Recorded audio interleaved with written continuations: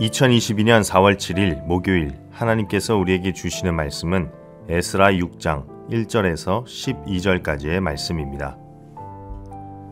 이에 다리오 왕이 조서를 내려 문서 창고 곧 바벨론에 보물을 쌓아둔 보물 전각에서 조사하게 하여 메데도 앙메다 궁성에서 한 두루마리를 찾았으니 거기에 기록하였으되 고레스 왕 원년에 조서를 내려 이르기를 예루살렘에 있는 하나님의 성전에 대하여 이르노니 이 성전 곧 제사 드리는 처소를 건축하되 지대를 견고히 쌓고 그 성전의 높이는 60규빗으로 너비도 60규빗으로 하고 큰 돌 3켜에 새나무 1켜를 놓으라. 그 경비는 다 왕실에서 내리라. 또 느부갓네살이 예루살렘 성전에서 탈취하여 바벨론으로 옮겼던 하나님의 성전 금, 은, 그릇들을 돌려보내어 예루살렘 성전에 가져다가 하나님의 성전 안 각기 제자리에 둘지니라 하였더라. 이제 유브라데강 건너편 총독 다뜨네와 스달보스네와 너희 동강 유브라데강 건너편 아바삭 사람들은 그곳을 멀리하여 하나님의 성전 공사를 막지 말고 유다 총독과 장로들이 하나님의 이 성전을 제자리에 건축하게 하라. 내가 또 조서를 내려서 하나님의 이 성전을 건축함에 대하여 너희가 유다 사람의 장로들에게 행할 것을 알리노니 왕의 재산 곧 유브라데강 건너편에서 거둔 세금 중에서 그 경비를 이 사람들에게 끊임없이 주어 그들로 멈추지 않게 하라. 또 그들이 필요로 하는 것 곧 하늘의 하나님께 드릴 번제의 수송아지와 순양과 어린 양과 또 밀과 소금과 포도주와 기름을 예루살렘 제사장의 요구대로 어김없이 날마다 주어 그들이 하늘의 하나님께 향기로운 제물을 드려 왕과 왕자들의 생명을 위하여 기도하게 하라. 내가 또 명령을 내리노니 누구를 막론하고 이 명령을 변조하면 그의 집에서 들보를 빼내고 그를 그 위에 메어 달게 하고 그의 집은 이로 말미암아 거름더미가 되게 하라. 만일 왕들이나 백성이 이 명령을 변조하고 손을 들어 예루살렘 하나님의 성전을 헐진대 그곳에 이름을 두신 하나님이 그들을 멸하시기를 원하노라. 나 다리오가 조서를 내려노니 신속히 행할지어다 하였더라. 2002년 월드컵의 열기를 기억하실 겁니다. 벌써 20년 전의 일입니다. 세월이 참 빠릅니다. 이때 태어난 아기들이 지금은 한국 나이로 21살입니다. 성인이 되어버렸죠. 성인이 된 이 친구들은 2002년 월드컵 때 열기가 대단했어 라는 말을 가장 스트레스 받는 말이라고 합니다. 본인이 2002년생이라는 말을 하면 모든 어른들이 다 그 이야기를 하도 많이 해서 그렇다고 하네요. 그만큼 2002년은 대한민국 국민들에게 매우 특별한 날이었습니다. 그 이유 중 하나는 약체로 평가받던 우리 대한민국이 수많은 강호들을 짜릿하게 이기며 4강까지 올라갔기 때문입니다. 그 중에서도 한국과 이탈리아의 16강전 경기는 막판 짜릿한 결승골로 역전승을 했던 명경기입니다. 실력면에서 월등히 밀렸던 우리나라는 초반에 한 골을 먹히고 이대로 지나 싶었지만 막판에 2골을 몰아치며 역전승을 이루어냈습니다. 아직도 기억이 생생하죠. 한국과 이탈리아의 상황이 완전히 뒤바뀌어버린 겁니다. 짜릿한 역전의 희열은 아직까지도 모든 국민들에게 2002년의 월드컵의 좋은 추억을 생생하게 자리 잡게 하는 큰 요인입니다. 오늘 본문에서의 유다 백성들이 이렇습니다. 그들은 말 그대로 짜릿한 역전승, 전화위복을 경험합니다. 포로기를 거쳐 자신의 고국으로 돌아온 이들은 계속해서 성전 건축을 방해하는 사람들의 괴롭힘을 당합니다. 4장에서 유다 백성의 원수들이 고국 땅으로 귀환한 자들을 고발하여 성전 재건을 멈추도록 했던 것처럼 바로 전장인 5장에서도 비슷한 조사가 이루어집니다. 쉽게 이야기하자면 성전을 건축 중인 자들에게 건축 허가증을 요구하고 있는 겁니다. 상부의 허락이 있었는지 성전 재건의 당위성을 물어보는 겁니다. 그리고 이에 대한 사항은 다리오 왕에게 보고가 되고 다리오 왕은 성전 재건에 관하여서 과거 기록을 살필 것을 명령합니다. 이 본문을 읽고 있는 독자들은 심장이 쫄깃할 수밖에 없습니다. 이제 좀 위기를 극복하고 성전이 다시 재건되리라 믿었는데 얼마 안 가 또 다른 위기에 봉착한 것입니다. 당시 귀한 자들과 독자들 마음에는 공통적으로 과연 성전은 다시 재건될 수 있는가라는 궁금증이 생겼을 겁니다. 더 나아가 하나님은 정말 우리에게 재앙이 아닌 평안을 주시려는가라는 의구심도 들었을 겁니다. 그리고 우리는 오늘 본문을 통해 전능하신 하나님의 계획하심은 한치의 흐트러짐도 없다는 것을 발견하게 됩니다. 그분은 한치의 오차도 없는 그분의 계획을 이루어 가시며 그분이 어떠한 분이신가를 오늘 이 백성들과 우리들에게 알려줍니다. 첫 번째로 하나님은 그분의 계획을 이루어감에 있어 참된 진실을 드러내는 분이십니다. 5장 마지막 절에서 다뜨네 무리가 제안한 것처럼 다리오는 조서를 내려 고레스가 정말로 성전 재건을 허락하였는지 그런 명령을 내렸는지를 조사시킵니다. 보물 전각을 뒤져 그러한 명령이 담긴 두루마리가 있는지를 찾아냈고 오늘 본문 2절의 말씀처럼 앙메다 공성에서 한 두루마기를 발견합니다. 두루마기가 발견되었다는 소식에 귀한 자들은 물론 다뜨네 무리까지 과연 그 두루마기의 내용이 무엇인지 누가 참된 말을 하고 있는지 드러나는 순간이 오자 긴장했을 것입니다. 그리고 마침내 진실이 드러납니다. 본문 3절에서 5절에는 두루마기의 내용들이 열거됩니다. 고레스 왕 원년에 하나님의 성전에 대하여 건축을 명하는 사실이 명백히 적혀 있던 것이죠. 성전 건축을 허가하는 말과 규격과 재료 그리고 건축 경비의 출처 등의 내용이 담겨 있었습니다. 원수들이 숨겨진 참된 진실을 묵인하고 거짓으로 하나님의 계획을 엎으려고 할 때, 방해할 때 하나님께서는 참된 진실을 드러내시면서 원수들의 입을 다물게 하십니다.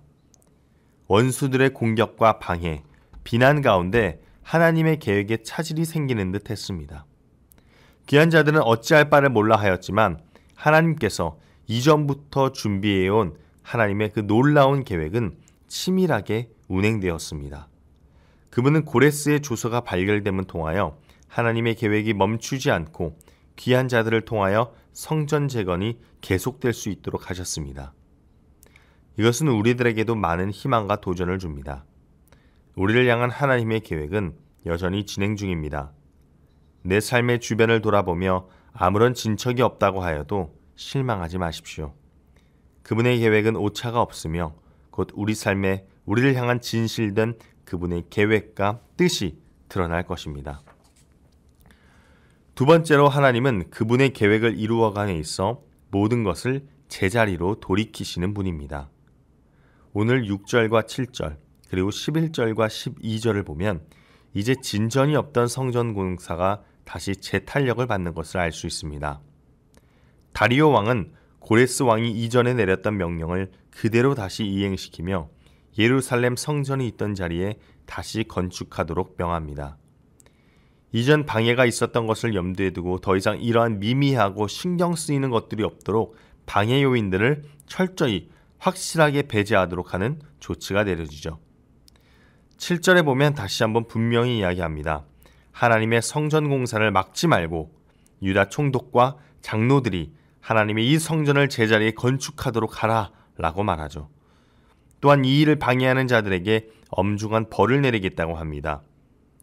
이 명령을 통하여 성전 재건의 계획은 다시 순탄함 속으로 되돌아오게 됩니다. 우리 삶에 진실된 그 신앙이 부재라고 생각될 때, 나를 향한 하나님의 진심이 부재라고 생각될 때, 하나님의 존재가 부재라고 생각할 때 우리는 당황합니다. 그러나 그때 하나님은 우리 삶 속에 참된 그분의 진리와 계획을 드러내십니다. 그리고 죄로 인하여 죽을 수밖에 없던 우리의 삶을 다시 제자리로 돌리시는 분입니다. 예수 그리스도를 통해서 말입니다. 하나님께서는 독생자 예수 그리스도를 내어주시고 예수님의 죽음과 부활을 통하여 그 안에 거하는 자들에게 새로운 삶을 허락하셨습니다. 그리고 그 가운데서 하나님의 계획을 실행해 나가십니다. 우리가 그분이 예비하신 길을 떠나 죄의 구렁텅이로 가고 있어도 그것이 잘못된 길임을 깨닫고 다시 십자가로 돌아갈 때 우리는 예수 그리스도를 통해서 다시 올바른 길, 제자리로 돌아갈 수 있습니다. 그리고 예수 그리스도 안에서 우리는 새롭게 될 수 있습니다. 세 번째로 하나님은 그분의 계획을 이루어감에 있어 부족함 없이 우리의 삶을 채우십니다. 다리오 왕은 총독에게 성전 재건을 위한 모든 경비를 조달하며 성전 공사가 끊이지 않고 계속되도록 명령합니다. 더 나아가 건축 재료들과 제사에 사용될 재물까지 풍성하게 제공합니다. 그리고 이스라엘 백성들에게 바사의 왕과 왕자들을 위해서 기도해 줄 것을 부탁하죠. 하나님은 계획하신 일에 대하여 이전보다 더욱더 확고하게 그 계획이 실행될 수 있도록 이스라엘 백성들을 통하여 임하셨습니다. 이것은 정말 놀랍습니다. 오늘 본문의 사건은 우리에게 중요한 점을 시사해 줍니다. 바로 하나님은 그분이 계획하신 것은 반드시 이루신다는 것입니다. 그러나 그 계획을 이루어감에 있어 우리가 이해할 수 없는 과정들도 분명히 존재합니다. 그러나 그 이해할 수 없는 순간 속에서도 하나님을 신뢰한다면 우리는 그 신비 속에서도 꾸준히 일하시는 하나님을 발견할 수 있습니다. 그리고 이 믿음은 우리에게 큰 소망을 줍니다. 왜냐하면 우리를 향한 하나님의 계획도 반드시 이루어질 것이라는 확신이 생기기 때문입니다. 우리를 향한 계획, 우리의 마음과 생각으로는 그것이 과연 이루어질 수 있을까라는 의문이 들 때도 있을 것입니다. 그러나 오늘의 사건을 통하여 하나님의 계획은 반드시 이루어진다는 믿음을 우리가 발견한 것처럼 나를 향한 하나님의 그 계획은 지금도 은밀히 확실하게 진행되고 있다는 것을 우리는 깨달아야 할 것입니다. 사랑하는 여러분, 전능하신 하나님은 우리를 향한 계획이 있으신 분입니다. 그리고 그 계획을 지금도 여전히 계속해서 진행하고 계신 분입니다. 우리의 삶을 곱씹어도 나를 향한 하나님의 계획을 전혀 발견하지 못하고 있습니까? 그래서 절망 가운데 계십니까? 그럼에도 인내하십시오. 끝까지 십자가를 붙드십시오. 그분의 무한한 생각과 계획하심을 우리가 이해할 수 없음을 이해하십시오. 인정하십시오. 그 하나님의 신비 가운데 머물렀던 믿음의 선조들을 떠올리십시오. 동일한 하나님이 우리와 함께 계심을 기억하시며 그 신비 안에서 하나님의 계획을 기대하시는 여러분 되시길 주님의 이름으로 소망합니다. 기도하겠습니다. 항상 우리와 함께 계시는 하나님, 우리의 생각과 마음으로는 하나님의 그 무한하신 계획하심을 이해할 수 없음을 인정하고 고백합니다. 그리고 우리가 끝까지 십자가를 붙들며 하나님의 그 신비 안에 머물기를 원합니다. 성령 하나님, 우리가 그 신비 안에 머물도록 우리를 도와주시옵시고 그 하나님의 계획하심을 기대하며 하루를 살아가는 그리스도인들 되게 하여 주시옵소서. 예수님의 이름으로 기도합니다. 아멘.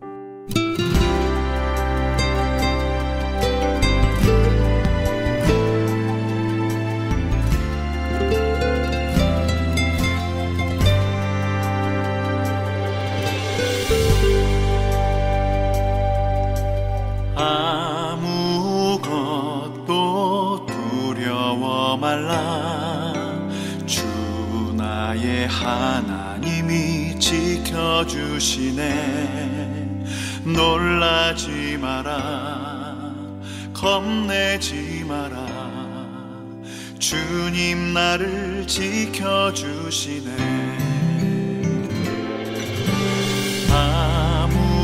아무것도 두려워 말라.